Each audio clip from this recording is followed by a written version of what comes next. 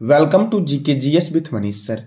आज 19 नवंबर 2022 है और आज के जितने भी महत्वपूर्ण करंट अफेयर होंगे वो हम इस वीडियो में डिस्कस करेंगे। तो आइए शुरू करते हैं आज का पहला प्रश्न। आज का पहला प्रश्न है, हाल ही में अंतर्राष्ट्रीय टेबल टेनिस महासंघ के सदस्य बनने वाले पहले भारतीय खिलाड़ी कौन बने हैं? तो ये बने हैं शरत कमल। कौन बने हैं? तो शरत कमल बने हैं अंतर्राष्ट्रीय टेबल टेनिस महासंघ के सदस्य बनने वाले पहले भारतीय। शरत कमल को ही मेजर ध्यानचंद खेल रत्न अवार्ड 2022 से सम्मानित किया गया है। अब अगला प्रश्न है आपका, प्राकृतिक चिकित्सा दिवस कब मनाया जाता है? तो यह मनाया जाता है 18 नवंबर को। अब देखो, यह मनाता कौन है? तो आयुष मंत्रालय मनाता है। तो आयुष मंत्री अभी कौन है? तो सर्बानंद सोनोवाल हैं। आयुष राज्य मंत्री कौन है? तो मंजू पारा महेंद्र भाई जो हैं वो आयुष राज्य मंत्री हैं। आयुष का फुल फॉर्म क्या होगा? तो आयुर्वेदा, योगा, नेचुरोपैथी, यूनानी, सिंध एंड हेम्योपैथी। अब इस महीने में और कौन कौन से महत्वपूर्ण दिवस मनाए गए?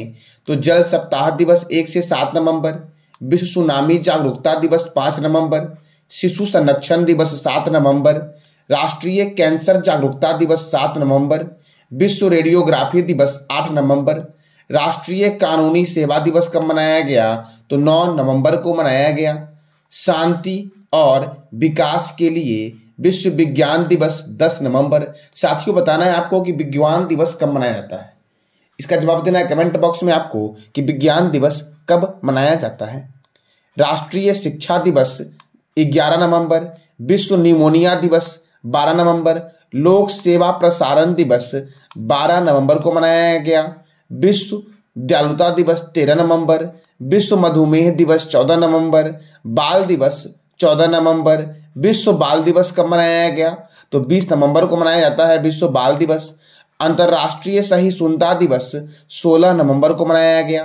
राष्ट्रीय प्रेस दिवस 16 नवंबर, राष्ट्रीय मिर्गी दिवस 17 नवंबर, अंतर्राष्ट्रीय छात्र दिवस 17 नवंबर, विश्व छात्र दिवस 15 अक्टूबर, विश्व बाल यौन शोषण रोकथाम दिवस 18 नवंबर को मनाया जाता है और प्राकृतिक चिकित्सा दिवस जो मनाया गया आपका, ये भी 18 नवंबर को मनाया गया। अब अगला प्रश्न है आपका, हाल ही में किस राज्य की हाई कोर्ट को हल्द्वानी में स्थानांतरित की जाने की घोषणा की गई है? तो उत्तराखंड की हाई कोर्ट को हल्द्वानी में स्थानांतरित करने की घोषणा की गई है। नैनीताल से हल्द्वानी ये स्थानांतरित होगी। अब उत्तराखंड हाई कोर्ट होगी तो उत्तराखंड की राजधानी है देहरादून। उत्तराखंड के गवर्नर है गुरमीत सिंह। उत्तराखंड के मुख्यमंत्री हैं पुष्कर सिंह धामी। उत्तराखंड में राज्यसभा सीट 3 है और लोकसभा सीट 5 है। ठीक है। जिम कॉर्बेट राष्ट्रीय उद्यान, यह भारत का प्रथम राष्ट्रीय उद्यान है जिसका पुराना नाम हैली नेशनल पार्क था। इसकी स्थापना 1936 में की गई थी और इस राष्ट्रीय उद्यान के बीचों बीच से राम गंगा रिवर निकलती है और इस राष्ट्रीय उद्यान का नाम फिर से बदल दिया गया है और जिम कॉर्बेट राष्ट्रीय उद्यान का नाम क्या हो गया है? तो राम गंगा नेशनल पार्क हो गया है। नंदा देवी राष्ट्रीय उद्यान उत्तराखंड में है। फूलों की घाटी राष्ट्रीय उद्यान उत्तराखंड में है। राजाजी राष्ट्रीय उद्यान उत्तराखंड में है। टिहरी बांध भागीरथी नदी पर है और उत्तराखंड में स्थित है। उत्तराखंड के मुख्यमंत्री ने समर्थन ई गवर्नेंस पोर्टल लॉन्च किया उच्च शिक्षा में व्यापक सुधार के लिए। भारत का पहला लाइकेन पार्क उत्तराखंड में है। भूकंप अलर्ट ऐप जारी करने वाला भारत का पहला राज्य कौन बना? तो उत्तराखंड बना। सूर्यधार झील देहरादून में है। नई शिक्षा नीति को प्री प्राइमरी स्तर पर लागू करने वाला भारत का पहला राज्य कौन बना है? तो उत्तराखंड बना है। साथियों, नई शिक्षा नीति को लागू करने वाला भारत का पहला राज्य है कौन? तो इसका जवाब देना है कमेंट बॉक्स में। पहली बार दुर्लभ मांसाहारी पौधे की प्रजाति उत्तराखंड में मिली है। ऑपरेशन मुक्ति अभियान उत्तराखंड में शुरू हुआ। लखपति दीदी मेले का शुभारंभ उत्तराखंड में किया गया। Best adventure tourism destination award Uttarakhand को दिया गया। Best adventure tourism destination award. अब अगला प्रश्न है आपका, हाल ही में किस राज्य सरकार ने रामायण और महाभारत सर्किट बनाने की घोषणा की है? तो उत्तर प्रदेश सरकार ने रामायण और महाभारत सर्किट बनाने की घोषणा की है। साथियों, आज का आपका टॉपिक है महाराष्ट्र। महाराष्ट्र के बारे में आप जो भी जानते हो इसकी जानकारी आपको देनी है कमेंट बॉक्स में। अब उत्तर प्रदेश ने क्या घोषणा किया है, तो उत्तर प्रदेश की राजधानी है लखनऊ।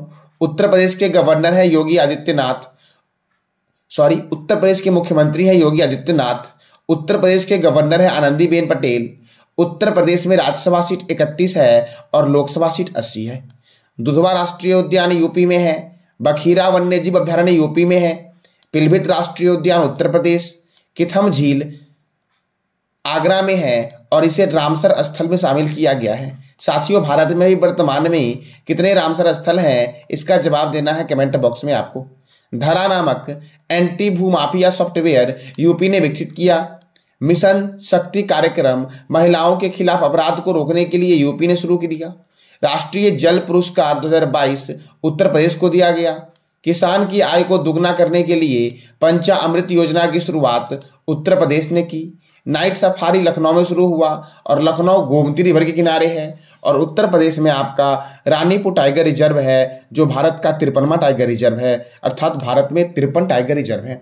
साथियों, रामगढ़ विषधारी टाइगर रिजर्व कहाँ है, तो इसका जवाब देना है कमेंट बॉक्स में आपको कि रामगढ़ विषधारी टाइगर रिजर्व कहाँ है।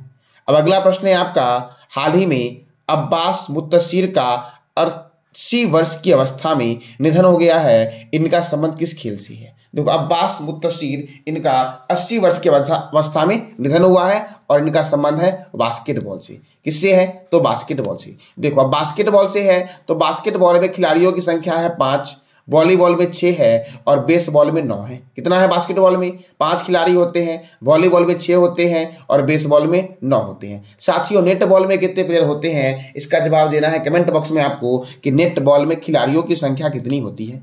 अब अगला प्रश्न है, हाल ही में किस देश ने excellence in leadership in family planning award 2022 जीता है? तो excellence in leadership in family planning award 2022 जीता है अपना देश भारत ने। किसने जीता है? तो भारत ने जीता है excellence in leadership in family planning award 2022। अब अगला प्रश्न है आपका, Cambridge dictionary word of the year 2022 किसे घोषित किया गया है? तो होमर को घोषित किया गया है। किसे घोषित किया गया है? तो होमर कैम्ब्रिज डिक्शनरी का वर्ड ऑफ द ईयर 2022 घोषित हुआ है। देखो, इसमें एक ऑप्शन आपका है पैरामेक्सिस। तो पैरामेक्सिस जो आपका है ये Collins dictionary word of the year 2022 का जो वर्ड बना है वो बना है पैरामेक्सिस। ठीक है साथियों। अब अगला प्रश्न है आपका, ONGC के नए चेयरमैन कौन बने हैं? तो ONGC के नए चेयरमैन बने हैं अरुण कुमार सिंह। कौन बने हैं? तो अरुण कुमार सिंह ONGC के नए चेयरमैन बने हैं। अब ONGC तो oil and natural gas corporation, इसका मुख्यालय है नई दिल्ली में और इसकी स्थापना हुई 14 अगस्त 1956 को ONGC की स्थापना हुई। ठीक है साथियों। अब कुछ और भी प्रमुख चेयरमैन है वो भी जानते हैं। तो सीमा सुरक्षा बल BSF के महानिर्देशक है पंकज कुमार सिंह और इसकी स्थापना हुई 1956 में। केंद्रीय रिजर्व पुलिस बल के महानिर्देशक है सुजय लाल थाओ सेन और इसकी स्थापना हुई थी 1939 में। भारतीय तिब्बत सीमा पुलिस के महानिर्देशक हैं अनीश दयाल सिंह और इसकी स्थापना हुई 1962 में। राष्ट्रीय क्रेडिट कोर के महानिर्देशक हैं गुरवीर पाल सिंह और इसकी स्थापना कब हुई? इसकी स्थापना हुई 1938 में। कब हुई साथियों? तो 1938 में हुई।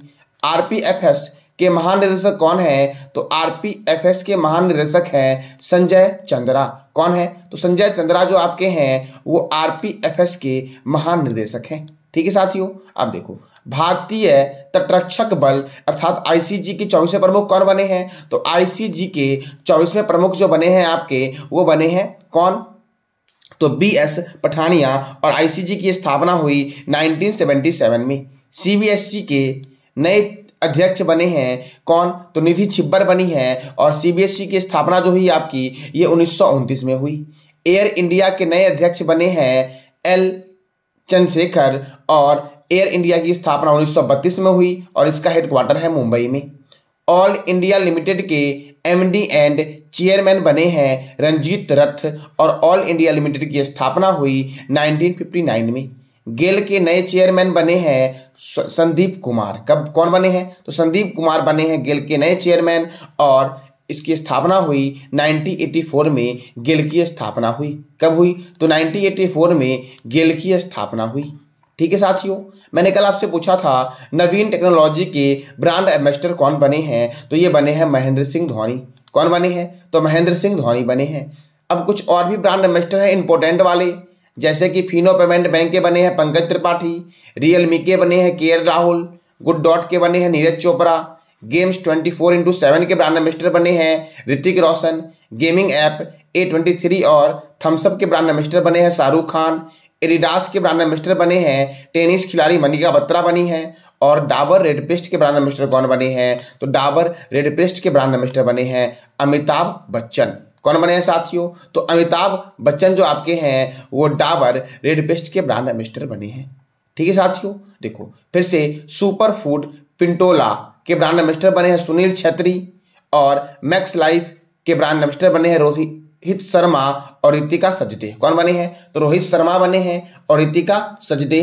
फायर बोल्ट के ब्रांड एम्बेसडर बने हैं कियारा आडवाणी। कौन बनी है? तो कियारा आडवाणी। और मैंने पिछले दिन बताया था आपको कि स्विट्जरलैंड टूरिज्म के फ्रेंडशिप ब्रांड के ब्रांड एम्बेसडर बने हैं नीरज चोपड़ा। कौन बने हैं? तो नीरज चोपड़ा बने हैं। साथियों, आज का आपका प्रश्न है हाल ही में कौन सा देश स्टील के उत्पादन में दूसरे स्थान पर है? ठीक है, और पहला देश कौन है और दूसरा देश कौन है, दोनों का जवाब देना है आपको कमेंट बॉक्स में।